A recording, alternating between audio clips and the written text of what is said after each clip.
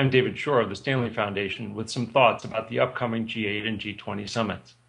One of the interesting things about the G groupings is that by watching them, you can see how the traditional Western powers are working with new powers like India, China, and Brazil. For years, many analysts have been saying that the G8 group will have to be expanded to pull in the emerging powers.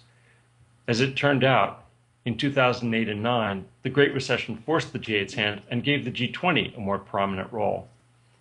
President Bush invited G20 heads of state, it was formerly a finance ministers group, to Washington for the first ever summit in the fall of 2008 as the financial crisis erupted. It was clear that the G8 no longer had the economic clout to deal with the global financial meltdown and that the more formal multilateral institutions wouldn't be agile enough. The three G20 summits in 2008 and 9 pumped money into the International Monetary Fund, calmed jittery financial markets, and crystallized a joint commitment to fiscal stimulus and against protectionism. Ultimately, they helped keep the Great Recession from turning into a Great Depression. The new form of top leaders had also worked itself into a permanent job.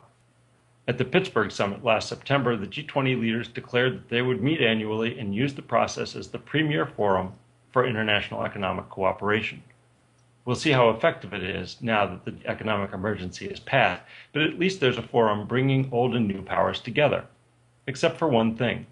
The leaders in Pittsburgh committed to the G20 as a multilateral forum on the global economy and financial system, but for other areas of policy, non-proliferation, poverty reduction, fragile states, the traditional powers will still be segregated into the old G8 club.